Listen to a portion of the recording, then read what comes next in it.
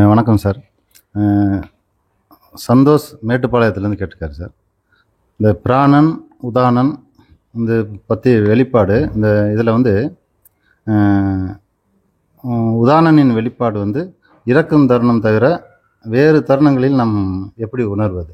எந்தெந்த விதத்தில் உணர்வோம்? உதானன்கிற விஷயத்த நம்ம எந்தெந்த தருணத்தில் நம்மளால் உணர முடியும்? அ ஒரு உதாரணம் ஒருவர் வயோதிகம் அல்லாத மரணத்தில் இதன் வெளிப்பாடு எப்படி இருக்கும்? ஆக்சுவலாக அவர் நினைக்கிறாரு இறக்கும்போது மட்டும்தான் வெளிப்படும் உதாரணம்னு நினைக்கிறாரு. வயோதிகம் இல்லாத நேரத்தில் எப்படி வெளிப்படும் அப்படின்னு விளக்குங்கன்னு கேட்டிருக்காரு சார். எந்தெந்த நேரத்துலலாம் வெளிப்படும் உதாரணம் அப்படின்னு கேட்டிருக்காரு. Thank you sir. சாஸ்திரத்தில் உதாரணனுக்கு என்ன சொல்கிறாங்களோ அதை நான் சொல்லுவேன். ஏன்னா உதாரணனை நான் பார்த்தது கிடையாது, யாரும் பார்க்கவும் முடியாது. சாஸ்திரத்தில் என்ன சொல்லியிருக்கிறாங்க, எனக்கு குருநாதர் என்ன சொல்லி கொடுத்தார்,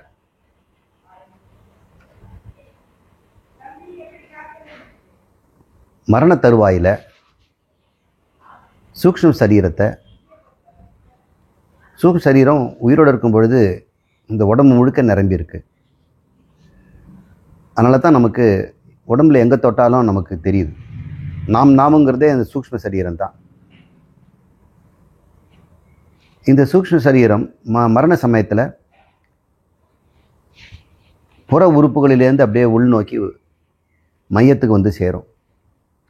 தூக்கத்துலேயும் அப்படி தான் நடக்கும். தூக்கம் கூட ஒரு வகையில் மரணம் தான். உடம்புல இருக்கிற அந்த சூக்ஷ்ம சரீரம் திரண்டு இதயஸ்தானத்துக்கு வரும். அது சுஷுப்தியில் அதனுடைய நிலை. கனவு காணும் பொழுது சூக்ஷ்ம சரீரம் இங்கே இருக்கும், கண்டத்தில் இருக்கும். நனவில் நெற்றி பொட்டில் இருக்கும், அக்னியில் இருக்கும். இதான் 3 ஸ்தானம் அதுக்கு: நனவு, கனவு, உறக்கம். மரணத்தில் அதே மாதிரி உறக்கம் மாதிரியே இதயத்தை நோக்கி எல்லாம் திரளும். திரளுதுன்னா என்ன? எப்படி நம்ம வந்து பாயை சுருட்டி வைக்கிறோமோ, அல்லது இறஞ்சி இருக்கக்கூடிய தானியங்களை ஒன்றா சேர்த்து குவிச்சு ஒரு இடத்துல வைக்கிறோமோ, பஞ்சு பொதி எப்படி திணிச்சு ஒரு கைப்பிடிக்குள்ளே அடக்கிறோமோ, அது மாதிரி இந்த சூக்ஷ்ம சரீரம் ஸ்தூல சரீரத்திலேருந்து திரண்டு இதயத்தில் வந்து நிற்கும். அங்கேருந்து ஒரு நாடி உச்சந்தலை வழியாக எப்பொழுதுமே பிரம்மரந்திரம்னு பேர், அதுக்கு ஊர்துவ நாடின்னு பேர். அது ஹிரண்ய கர்ப்பன்னு சொல்லக்கூடிய ஈஸ்வரனோட எப்பவுமே கனெக்டடாக தான் இருக்கும். எல்லாரோடும் இறைவனோட கனெக்டாக தான் இருக்கிறோம். இந்த ஸ்தூல சரீரம் தான் துண்டு துண்டாக இருக்குது. நம்முடைய சூழ் சரீரம் எல்லாமே ஒரே நாடி வழியாக ஒரு மைய கேந்திரத்தில் கனெக்ட் பண்ணி தான் இருக்குது. இப்படி நம்ம பார்க்கணும். இறக்கும் பொழுது இந்த இதயத்தில் திரண்டு இருக்கக்கூடிய, அதாவது நம்முடைய மாமிச உடம்பில் இருக்கக்கூடிய அந்த சூக்ஷ்ம சரீரம் ஊர்துவ நாடி, அது பேர் உதான நாடின்னு சொல்லுவாங்க. அந்த உதான நாடி உந்தி தள்ளி இந்த உச்சந்தலையில் இருக்க ஒரு சூக்ஷ்மமான துளை வழியாக வெளியே போய் அடுத்த சரீரம் எங்கேயோ, அது ஈஸ்வரனுடைய விதி ஒன்று இருக்கு இல்லையா, அவர் தானே நம்மளை கண்காணிச்சிட்டு இருக்கிறாரு அந்தர்யாமியா. நம்முடைய சித்தத்தில் நம்முடைய ஆசைகள் என்னென்ன, பாவ புண்ணியங்கள் என்னென்ன, இதெல்லாம் இந்த சரீரத்திலே இருக்குது. இந்த வெளியே போகிற சரீரத்தில் பந்து மாதிரி இருக்கும், அது கட்டவரல் சைஸ் இருக்கும்னு சொல்லுவாங்க. அதுலேயே வந்து அடுத்த சரீரத்துக்கு போக வேண்டிய தகவலெல்லாம் அங்கே எழுதியிருக்குது. இப்போ ஒருத்தன் வாழும்போதே இறந்த பிறகு எங்கே போவாங்கிறது ஏற்கனவே நிச்சயம் பண்ணி தான் போகிறோம். அது எதன் பற்றி நிச்சயம்னா உங்களுடைய ஆசை.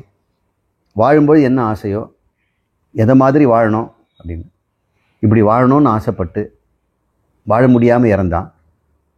அது மாதிரி ஆசையில் இருக்கிறதுனால அடுத்த பிறவாது அது வாய்ப்பு கிடைக்கும். வாய்ப்பு கிடைக்கிறதுக்கு நம்ம பாவ புண்ணியங்கள் அனுமதி தரணும். பாவம் அதிகம் பண்ணியிருந்தாக்கா நீ ஆசைப்பட்டு பிரயோஜனம் இல்லை. புண்ணியம் நிறைய பண்ணியிருந்தேன்னா தாராளமாக உனக்கு கிடைப்பாங்க, உனக்கு வேண்டிய சரீரம் கிடைக்கும். எப்படிப்பட்ட சரீரம் எப்போ கிடைக்கும்னா, எவனா ஒருத்தன் வந்து ஈஸ்வர பக்தியோடு ஈஸ்வரனை அடைகின்ற அந்த நெறியில் உட்பட்டானோ, எவன் ஒருத்தன் நிவர்த்தி மார்க்கத்தில் உள்ளே வந்துட்டானோ, அவனுக்கு உடனடியாக நல்ல சரீரம் விரும்பாமலே கூட கிடைச்சிடும். எவன் ஒருத்தன் பிரவிற்த்தி மார்க்கத்தில் ஈஸ்வரனை உதாசனம் பண்ணிட்டு இருக்கிறானோ, அவனுக்கு அவனுடைய கர்ம பலன் தான் கொண்டு போய் சேர்க்கும். இது கொண்டு போகிறதுக்கு உந்தி தள்ளுகின்றதுனால அது உதான வாயுன்னு சொல்கிறாங்க. இது மரண தருவாயில். ஒருவேளை ஆக்சிடெண்ட்டில் ஒருத்தர் வந்து இறந்தால் கூட அப்பவும் கூட அவன் சூக்ஷ்ம சரீரத்தை திரட்டி உந்தி தள்ளுவதற்கு உதான வாயு தான் தேவைப்படும்.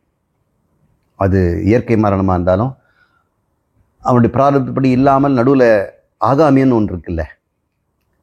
நமக்கு பிராரப்தம் முடியறதுக்கு முன்னாடியே நம்ம யாராவது ஒருத்தர் கொன்னுடலாம். அது அவனுக்கு வந்து பிராரப்தம் கிடையாது, அது ஆகாமியம். ஆகாமியம் ஒன்று இருக்கிறதுனால எல்லாருக்கும் செயல் செய்வதற்கு உரிமை இருக்குது. அவன் உரிமையினால் என்னுடைய பிராரப்தம் தடைப்படுது. பாதி வாழ்க்கையை நான் வந்து இந்த சரீரத்தில் அனுபவிக்க முடியாது. மறுபடியும் இதே சரீரத்தை தான் அந்த பாவத்தம் புண்ணியத்தை நான் அனுபவிக்க முடியும். அதே உறவுகளில் தான் நான் அந்த பயன் முடியும். இதுக்கு வாய்ப்பே இல்லாமல் பண்ணிடலாம். அது கொடும் பாவமாயிடுது. ஈஸ்வரனுடைய பெரிய கிராண்ட் பிளானில் ஒரு பெரிய ஒரு இடைஞ்சலை பண்ணி வைக்கிறான். அப்போ இறைவன் அதுக்கு ஆல்டர்னேட்டிவ் தேட வேண்டியது. சுதந்திரம் கொடுத்தா இது மாதிரி கெடுக்கிறாங்களே, அதனால் என்னுடைய இந்த பிரகிருத்தினுடைய சக்கரத்துக்கு நீ அனுகூலமாக வாழ்ந்துடு அப்படின்னு தான் அர்ஜுனனுக்கு சொல்கிறாரு.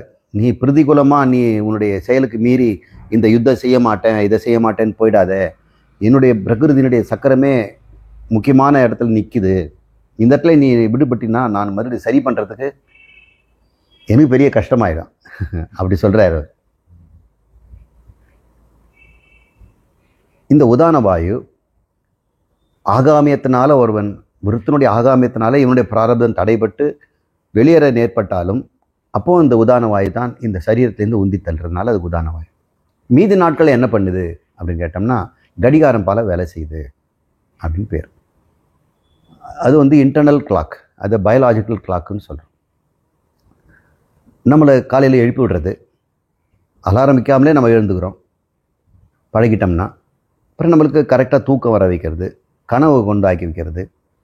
அப்புறம் இந்த வாசனைகள்னு ஒன்று இருக்குல்ல, அந்த வாசனைகள் எப்பப்போ எழுந்துக்கணுங்கிறது இந்த கிளாக்கு தான் சொல்லணும்.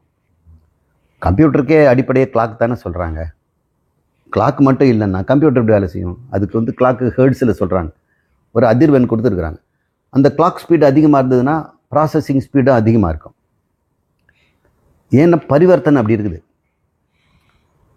நீங்கள் பேசுகிறீங்க, சவுண்டு யூடியூப்பில் வரணும்னா ரெண்டு சிங்க் ஆகணும், ஆடியோவும் வீடியோவும் சிங்க் ஆகணும்.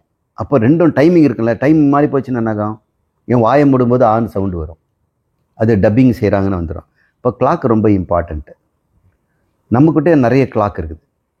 ஒரு கிளாக் வந்து சுவாசத்தை கண்ட்ரோல் பண்ணுது, இன்னொன்று இதயத்தை கண்ட்ரோல் பண்ணுது, இன்னொன்று யூரின் மலம் போகிறத கண்ட்ரோல் பண்ணுது, இன்னொன்று வந்து இம்யூன் சிஸ்டத்தை கண்ட்ரோல் பண்ணுது.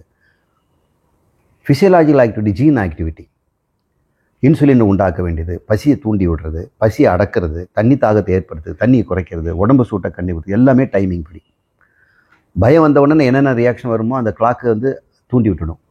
இந்த ரியாக்ஷனுக்கு இதெல்லாம் வரணுன்ட்டு போகும்.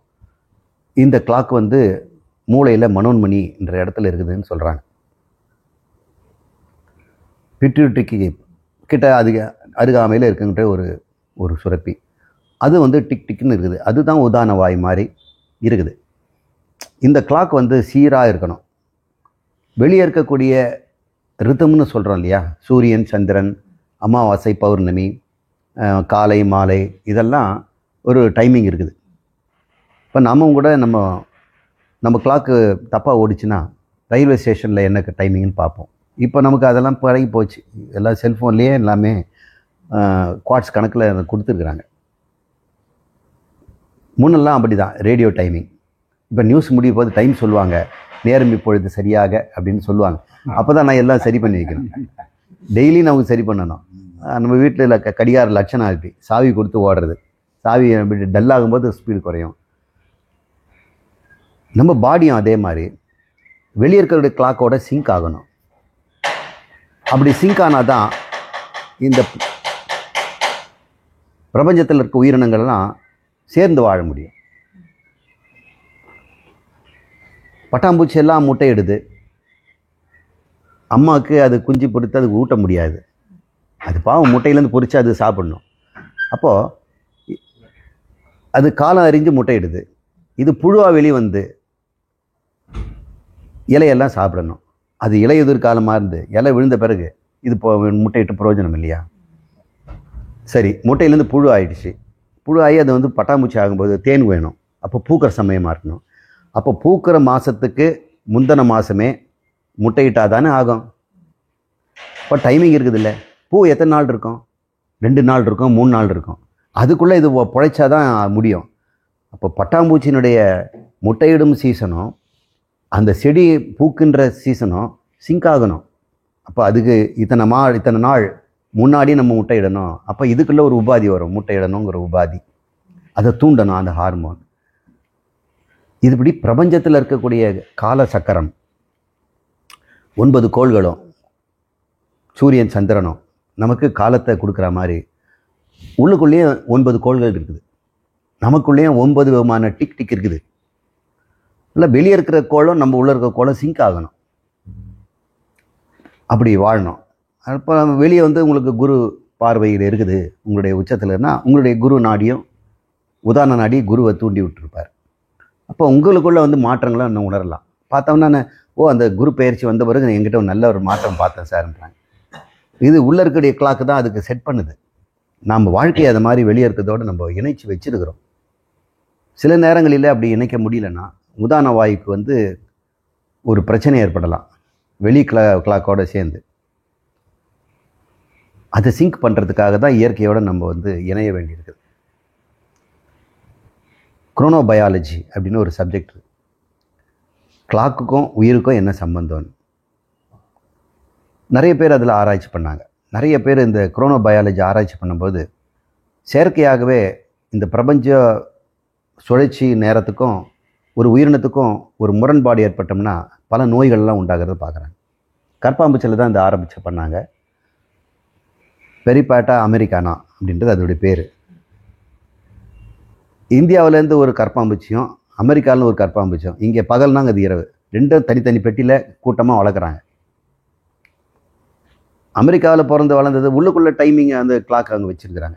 அப்புறம் பல்பும் அதுக்கு ஏற்ற மாதிரி போடும். வெளியே இருக்கிறத பற்றி கனெக்ஷன் இல்லை. இவங்கெல்லாம் முடிச்சுட்டு இருப்பாங்க, இவங்க தூங்குவாங்க.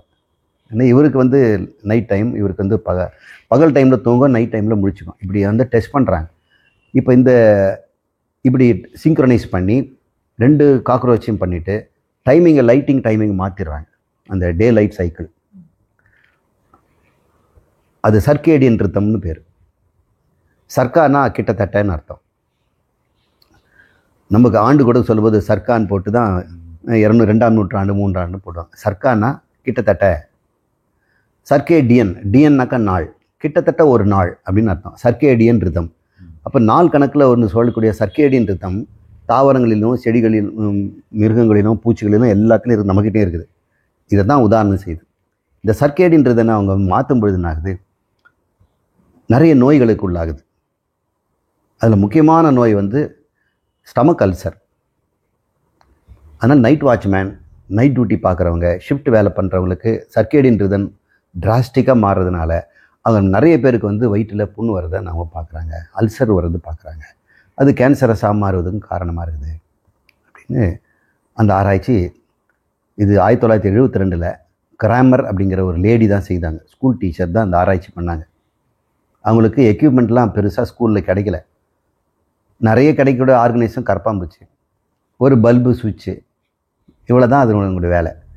அவங்க அந்த சர்க்கேடியனை கிளாக்கை எங்கன்னு கண்டுபிடிச்சாங்க. ஒவ்வொரு உறுப்பையும் எடுத்து பார்த்தாங்க, எது எடுத்தாக்கா இந்த கிளாக்கு போயிடுதுன்னு. இப்போ ஈசோஃபேகல் கேங்லியான் அப்படின்னா அதுக்கு 8 கேங்லியான் இருக்குது. நமக்கு ஒரு மூளை, உடம்பு முழுக்க மூளை இருக்குது கற்பாம்பூச்சி. பூச்சிகளுக்கெல்லாம் 8 தனித்தனி குட்டி குட்டி மூளைகளாக இருக்கும். நமக்கு எல்லா மூளையும் ஒன்றா திரண்டு பெருமூளை ஆயிடுச்சு. அது 8 இருக்கும் இல்லையா, அது ஈசோஃபேகஸ்ன்னு சொல்லக்கூடிய தொண்டையில் இருக்கக்கூடிய கேங்லியானில் தான் அந்த கிளாக் இருக்குது அப்படின்னு அந்தமா கண்டுபிடிச்சாங்க. கிராமர் அப்படின்ற ஒரு லேடி, ஒரு ஸ்கூல் டீச்சர். கிட்டத்தட்ட உதாரண வாயுடைய வேலையை தான் அந்த பூச்சியில் இருந்தோம் மனிதர்கிட்ட இருந்தோம் இது இருக்கிறத பார்க்குறோம். எல்லாமே கண்டஸ்தானத்தில். அதுக்கு ஈசோஃபேகஸுங்கிறது கழுத்துன்னு எடுத்துக்கூடாது, மார்பு பகுதின்னு எடுத்துக்கணும். அது தொராசிக்ஸில் இருக்குது. தொராக்சிக்ஸும் ஹெட்டும் ஜாயின் பண்ணுற இடத்துல அது இருக்குதுன்னு சொல்கிறாங்க.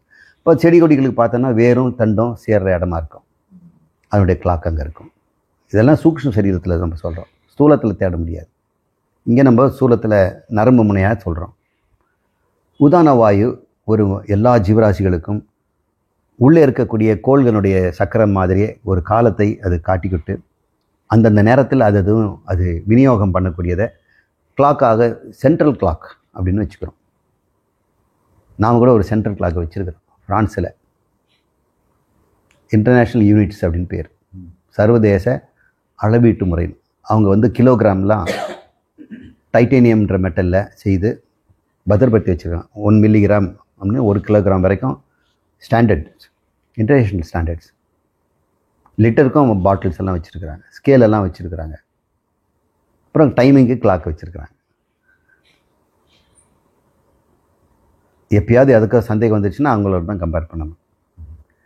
ஒரு நாடு வந்து 1 கிலோகிராமை தப்பாக பண்ணுது, எங்கள் நாட்டில் இப்படி தான் அப்படின்ட்டு உங்களுக்கு சப்ளை பண்ணுறாங்க. நீங்கள் இங்கே இறக்குன பிறகு பார்த்தா 1 டன் குறையுதுன்னு வைங்க, அவன் எங்கள் கிலோகிராமில் போட்டதும்பான். அப்போ நமக்கு சர்வதேச இந்த அளவீட்டு முறைக்கிட்ட தான் ஃப்ரான்ஸில் இருக்கக்கூடிய இடத்துல ஜெனீவாவில் தான் வச்சுருக்கிறாங்க. அங்கே போய் நம்ம சரி பார்த்துக்கணும். சரி, வேறு கேள்வி கேளுங்க.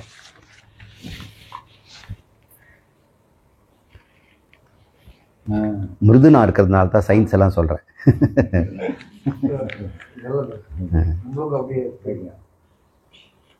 யூடியூப்லேருந்து ராஜ்குமார் ஒருத்தர் கேட்டிருக்காரு சார், இந்த சும்மா இரு அப்படின்னு ஒரு இது முருகன் வந்து கூறின அந்த உபதேசத்தை வேத பொருளோடு எப்படி புரிந்து கொள்ள வேண்டும் அப்படின்னு கேட்டிருக்காரு.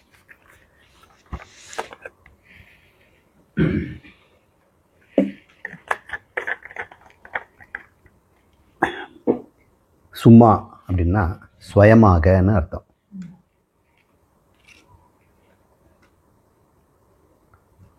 எவன் சுயமாக இருக்கானோ அவன் சுவாமி.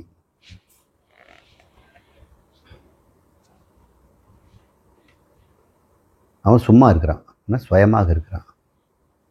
ஸ்வஸ்தா அப்படின்னா நலமாக இருக்கிறீங்களா, ஸ்வஸ்தி ஆயிடுச்சா, நோய் ஹாஸ்பிட்டல் போயிட்டு வந்து இப்போ ஸ்வஸ்தி ஆயிடுச்சிங்களா. ஸ்வஸ்தா அப்படின்னா தன் நிலையில் இருத்தல். ஸ்வஸ்தா தன் நிலையில் இருக்குது. பழைய நிலைக்கு வந்துட்டிங்களா, ஆனால் ஸ்வஸ்தி ஆகிட்டிங்களா. இப்போ சுவாமி ஆகிட்டிங்களா அப்படின்னு அர்த்தம்னா நீங்கள் பழைய நிலைக்கு வந்துட்டிங்களான்னு அர்த்தம். சும்மா இருக்கிறீங்களான்னு அர்த்தம்னா ஆத்மாவில் இருப்பது. அகங்காரி ஞாத்தா கர்த்தா போக்தாவாக இல்லாமல் தான் பாட்டுக்கிட்ட தன்னிடத்தில் இருக்குது, தன்னுடைய மூலத்திற்கு போய் ஒடுங்குது. அது பேர் சும்மா இருத்தல். எல்லாரும் எப்போ சும்மா இருக்கிறாங்கன்னா தூக்கத்தில் தான் சும்மா இருக்கிறாங்க. முடிச்சுக்கிட்டாக்கா ஏதாவது செய்கிறாங்க. கர்த்தாவோ போக்தா ஞாத்தாவாக இருக்கிறாங்க. இது தே டூயர் நோயர் ஆர் என்ஜாயர். மூணுத்தையும் விட்டுட்டு இருக்கிறது தான் சுவாமி. சுவாமி ஒன்றும் செய்ய மாட்டாங்க, சும்மா இருக்கணும் ஒன்றும் செய்ய மாட்டான். இப்போ சும்மா இருக்கிறது சுகம்னான்னு அர்த்தம்னா வம்பில் போய் மாட்டாமல் இருக்கிறாங்க. எல்லாரும் வம்பில் மாட்டுறது எங்கே? செய்து தானே மாட்டுக்கிறாங்க, பேசி தானே மாட்டுக்கிறாங்க, தின்னு தானே மாட்டுக்கிறாங்க. போக்தாவாக இருந்து எதையாவது தின்னுட்டு அப்புறம் வயிற்று வலிங்கிறாங்க. இப்படி சும்மா இருக்கிறது சுகம், சும்மா இருப்பதே சுகம். அதனால் முருகர் சொன்னார், சும்மா இரு சொல்லற அப்படின்னு சொன்னார். சும்மா இரு சொல்லற. சொல்லறன்னா நாம ரூபங்களை விடுன்னு அர்த்தம். எல்லா சொற்களுமே நாம ரூபங்கள். நாம ரூபங்கள்ங்கிறது இந்த உலகத்தில் இருக்க விஷயங்கள். இந்த உலகத்தை விட்டு சந்நியாசியாக நாமரூபங்களை விட்டு சொல்லற, சும்மா இரு, சுயமாயிரு அப்படின்னு ஞானோபதேசம் சொல்கிறார். வேற கேள்வி கேளுங்க.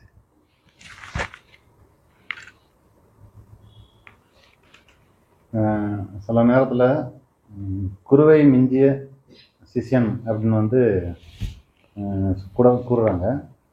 அது எந்த விதத்தில் அது வந்து குருவை மிஞ்ச முடியும் அப்படின்னு அவருக்கு கேட்டு அசோக்குமார் ஈரோட்லேருந்து கேட்டார்.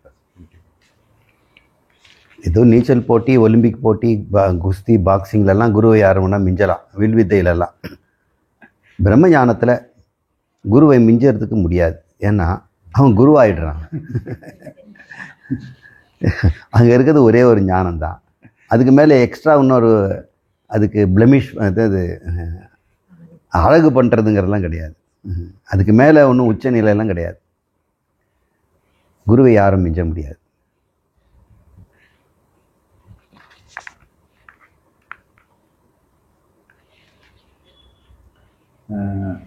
காலம் என்பதை பற்றி கொஞ்சம் விளக்குங்கள் சாமி அப்படின்னு சுரேஷ்ஜி திருப்பூர்ல கேட்கிறார்.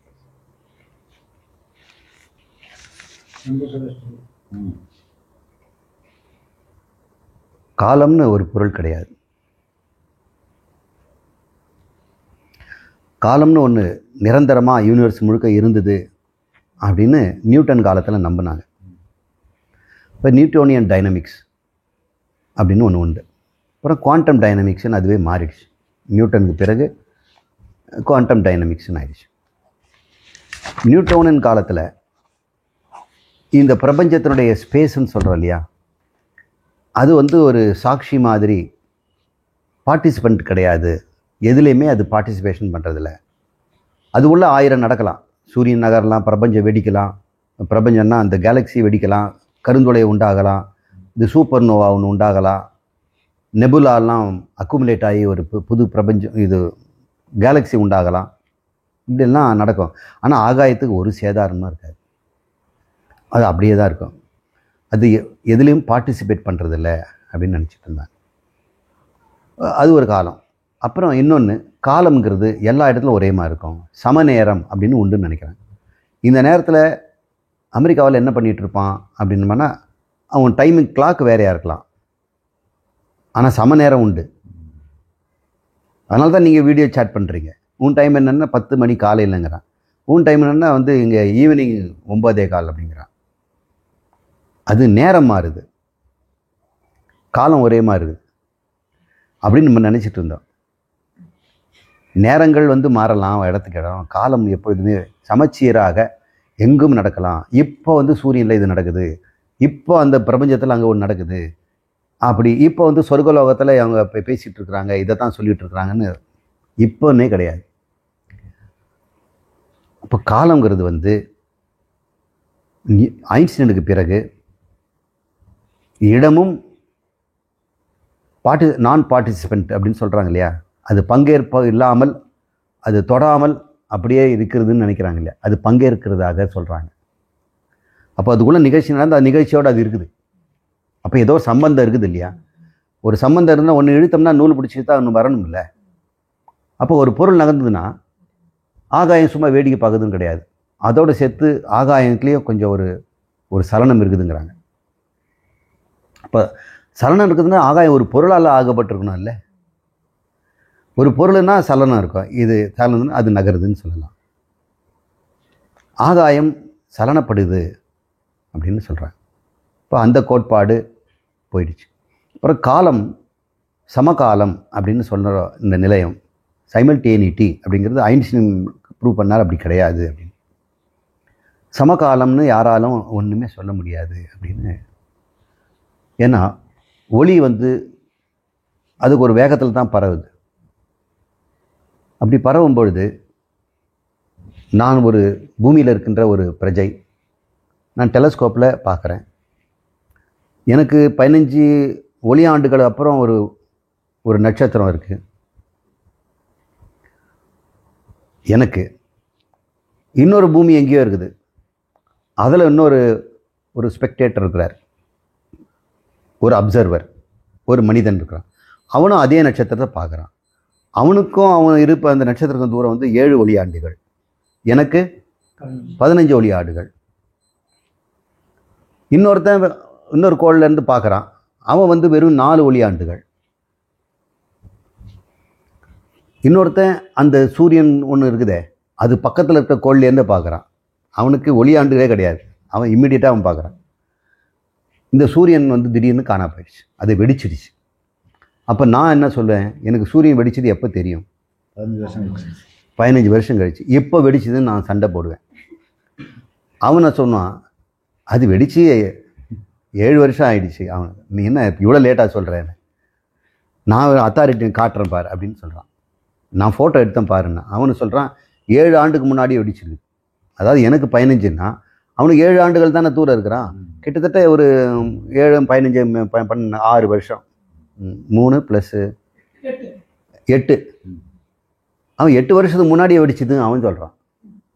இன்னொருத்தன் வந்து சொல்கிறான் 12 வருஷத்துக்கு முன்னாடியே வெடிச்சதுன்றான். ஆனால் ஒரு சமயம் தான் அது வெடிச்சது. அப்போ அங்கே பக்கத்தில் இப்போன்னு சொல்லும்போது அவன் இப்போன்னு சொல்கிறது எனக்கு 15 வருஷம் கழிச்சிருக்கு. இப்போ காலம் எப்படி ஒரே இடத்துல ஒன்று நடந்தால் அது அறிபவனுக்கு வெவ்வேறு காலமாக தான் இருக்குது. இப்போ நம்ம பார்க்கின்ற சூரியன் எல்லாமே இங்கே தான் அங்கே தான் இருக்குதுன்னு யாருக்கு தெரியும்? அது நகர்ந்து எங்கேயோ போயிருக்கலாம். அது பழைய இடத்த தான் நம்ம பார்த்துட்டு இருக்கிறோம். இப்போ அவர் இருக்கிற இடமே தெரியாது. இப்போ நம்ம பிரபஞ்சத்தை நம்ம பார்க்குறது பொய் தான், பொய் காட்சி தான். உண்மையாக அது எங்கே இருக்குதுன்னு யாருக்குமே தெரியாது. இப்பொழுது இங்கேயே பார்க்குறோம் ஒரு ஓரியன் அப்படின்ற ஒரு கான்ஸ்டலேஷன். அந்த கான்ஸ்டலேஷன் அந்த ராசி மண்டலத்தில் பல நட்சத்திரங்கள் இருக்குது. நம்ம எல்லாம் சேர்த்து ஒரே சமயத்தில் எல்லாம் பார்க்குறோம். உண்மையில் அது வெவ்வேறு இடத்துலேருந்து வருது. முன்னுக்கு பின்னாடி எல்லாமே இருக்கலாம். இப்போ நீங்கள் எல்லாம் தள்ளி தள்ளி இருக்கிறீங்க. ஆனால் ஒரு ஃபோட்டோ எடுத்தோம்னா பார்த்தா எங்களுக்கு பக்கமாக இருக்கிற மாதிரி இருக்கும். உங்களை ஒரு கோடு போட்டு ஜாயின் பண்ணிவிடுவேன். ஆனால் உண்மையில் கோடு போட்டு ஜாயின் பண்ணுறதுக்கு ஒரு பட்டையான இடத்துல இல்லை. பிரபஞ்சமே முப்பரிமாணமாக இருக்குது. அதனால் காலம் இருக்குதுன்னு சொன்னால் சமகாலத்தை நம்ம ஒத்துக்கணும். சமகாலமே இல்லைன்னா காலமே இல்லைன்னு தானே அர்த்தம். இது என்ன காலம்னு? ஒரே நிகழ்ச்சி வெவ்வேறு காலத்தில் நடக்குதுன்னா காலம் வேறு வேறையா, இல்லை நிகழ்ச்சி பலமுறை நடக்குதா? நிகழ்ச்சி பலமுறை நடக்குதுன்னு சொல்ல முடியாது. காலமும் வேறு வேறு மாதிரி இருக்குதுன்னு சொல்ல முடியாது. இந்த இயற்கையை நம்ம அப்படியே ஒத்துக்கணும் தான். மாயை நம்மளை ஒரு பிராந்தியில் உட்கார வச்சு, நீ இப்படி இருக்கிற, உன் கிளாக்கு கரெக்டு, நீ கணிக்கிற தூரம்லாம் கரெக்டு, நீ பார்க்குற பொருள்லாம் அங்கே தான் இருக்குது அப்படின்னு நம்மளை நல்லா ஏமாற்றிக்கிட்டே இருக்கு. பிரபஞ்ச அளவில் பார்க்கும்போது தான் இருக்குது நீ நினைக்கிற மாதிரி ஒரு பிரபஞ்சம் இல்லை. நீ சரீரத்தில் புத்தியில் பூமியிலேருந்து பார்க்குற பிரபஞ்சம் வேற. நீ சரீரம் இல்லாமல் இந்த பிரபஞ்சத்தை ஒட்டுமொத்தாக பார்த்தோன்னா அதனுடைய கட்சியே வேறு. இப்போ கூட நம்ம பிரபஞ்சத்தினுடைய ஃபோட்டோலாம் எடுக்கிறோம். அது கூட பூமியிலேருந்து எடுத்த ஃபோட்டோவாக தான் இருக்கும். உண்மையிலே வேறு இடத்துலேருந்து பார்த்தோம்னா இந்த சூரிய மண்டலம் எப்படி இருக்குமோ, இந்த ராசி மண்டலம் நமக்கு சொல்கிற மாதிரி 12 ராசி அது வெவ்வேறு இடத்துல இருக்கும். இன்னொரு சூரிய மண்டலத்துலேருந்து இந்த சூரிய மண்டலத்தில் ராசியை பார்த்தோம்னா இவங்க என்ன இந்த 12 ராசின்னு சொல்லிட்டு இருக்காங்க, அது ஒன்றுமே காணுமே என்பாங்க. நட்சத்திர குவியலாக தான் இருக்குது. அதுக்குள்ள கோடி எங்கே போட்டாங்க இவங்க? ஒத்துக்கோ, காலம் என்பது இல்லை. இருக்கிற பொருள் மாதிரி அள்ளி கொடுக்கறதுக்கெல்லாம் முடியாது. ஆனால் நம்ம காலத்தை அளக்கிறோம். எதை வச்சு அளக்கிறோம்? மாற்றங்களை வச்சு தான் அளக்கிறோம். மாற்றமே இல்லைன்னா காலம் எப்படி இருக்கும்? ஒரு சம்பவம் இன்னொரு சம்பவத்துக்கு இடையில இருக்கிறதான காலம். சம்பவமே இல்லைன்னா காலம் எப்படி இருக்கும்? மூச்சு விடுறதுக்கு சம்பவம் இருக்குது, அதனால் மூச்சு காலத்தை ஒரு பின்னாடிங்கிறோம். கண்ணு மூடி திறக்கிறது ஒரு சம்பவம், மூடுறது திறக்கிறது அது ஒரு காலங்கிறோம். முள் நகர்றது இங்கேருந்து அங்கே நகர்றது அது ஒரு சம்பவம், அது ஒரு காலங்கிறோம். சம்பவமும் காலமும் ஒன்று தானே. சம்பவம் எந்த வேகத்தில் நடக்குது? சம்பவங்கள் ஒரே வேகத்தில் நடக்குதா? நமக்கு தெரியாது. எலியினுடைய இது துடிப்பு 150க்கு மேலே போகுது. மனிதனுடைய இது துடிப்பு அது ஒரு கணக்கில் தான் 78 அவ்வளோதான் இருக்குது. குழந்தைங்களுக்கு பார்த்தா வேகமாக இருக்குது. இந்த பல்ஸ் ரேட்டும் ஆளுக்கு ஆளு மாறிக்கிட்டே இருக்குது. இப்போ அவங்களுடைய மைண்டு தாட்டம் அது மாதிரி இருக்கும் இல்லை, ஃபிசியலாஜிக்கல் ஆக்டிவிட்டி. இப்போ எலியினுடைய இதய துடிப்பு படி வேகமாக இருக்கிறதுனால அது வாழ்நாள் முடிஞ்சு போயிடுது சீக்கிரமே. இதய துடிப்பு ரொம்ப ஸ்லோவாக இருந்ததுன்னா வாழ்நாள் நீடிக்குது. இப்போ வாழ்நாளுங்கிற காலமும் இதய துடிப்பை வச்சு தானே இருக்குது. இதய துடிப்புங்கிறது எப்பவுமே ஒரு துடிப்பு தானே இப்போ வாழ்க்கை. அதுக்கு 1 லட்சம் துடிப்பு அதனுடைய வாழ்க்கைன்னா மனிதனுக்கு 1 லட்சம் துடிப்பு தான். இவன் மெல்ல துடித்து நீண்ட காலம் வாழறான், அது சீக்கிரம் துடித்து வாழ்ந்து எல்லாருக்கும் அளவு ஒன்று தானே, எல்லா பிராணிகளுக்கும். உதாரண வாய் எல்லாருக்கும் அந்த மாதிரி தான் கொடுத்துருக்குது. இப்போ காலங்கிறது காலம் என்று ஒன்று காட்டி வாழ்க்கையை கெடுக்கின்றது அப்படின்னு திருவள்ளுவர் சொல்கிறார். காலம்னு ஒன்று இருக்குதுன்னு காட்டி ஏமாத்து தான் திருவள்ளுவர் சொல்கிறார். காலம்னு ஒன்று இருக்கிற மாதிரி நம்மளை காட்டி நம்ம உயிரை பறிக்கிறாங்க அப்படின்னு ஒருத்தர் அது அந்த குரல் வரும்போது நம்ம பேசுவோம். காலம் என்பது ஒரு கன்வீனியன்ஸுக்காக நாம் உற்பத்தி கொண்ட ஒரு அளவை. இந்த துணியினுடைய அளவை, கிலோ அளவெல்லாம் நாமளாக ஒரு பரிவர்த்தனத்துக்காக ஏற்படுற ஒரு அளவைகள். அளவுன்னு இல்லைன்னா நம்ம எதை வச்சு நம்ம துணியை வாங்க முடியும், பொருளை விநியோகம் பண்ண முடியும், பணத்தை எப்படி கைமாற்றல் பண்ண முடியும் சொல்லுங்கள். குத்து மதிப்பு அப்படின்னு சொன்னோம்னா, இப்போ நான் குத்து அப்படின்னா கையில் எடுக்கிறது. ஒரு குத்து மதிப்புன்னா கையில் பிடிக்கிற அளவு தான் அது ஒரு குத்துன்னு அர்த்தம். கையால் குத்துறோம் இல்லை, குத்து மதிப்பாக போடுங்கன்னா கைப்பிடி அளவு எடுத்து போடுறாங்க. இப்போ அது கூட ஒரு அளவு இருக்குது இல்லை. முழம் போடுங்க, கஜம் போடுங்க, எந்த அளவுமே நிரந்தரம் கிடையாது. நாம நம்முடைய சௌகரியத்துக்காக மனிதன் ஏற்படுத்தி கொண்ட ஒரு அளவீடுகள் தான். ஆனால் பிரபஞ்சம் எந்த அளவுக்குள்ளேயும் இல்லை. அது தொடர்ச்சியாக இருந்து கொண்டிருக்கிறது. சம்பவத்தில் இது முடிஞ்சு இது காரணம் இது காரியம்லாம் ஒன்றுமே இல்லை. காரணத்துக்கும் காரியத்துக்கு நடுவில் இவ்வளோ காலம் இருந்தது அப்படின்னு சொல்கிறோம்.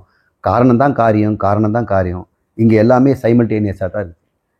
அதனால தான் இறைவன் முக்காலம் அறிந்தவருங்கிறார். அவருக்கு என்ன அப்பேற்பட்ட ஒரு குணம்னா, அவர்கிட்ட காலமே இல்லை. காலம் இல்லாத இடத்துல இருக்கார். அவர்கிட்ட சம்பவமே இல்லை. காலம் என்பது கற்பிதம் தான்.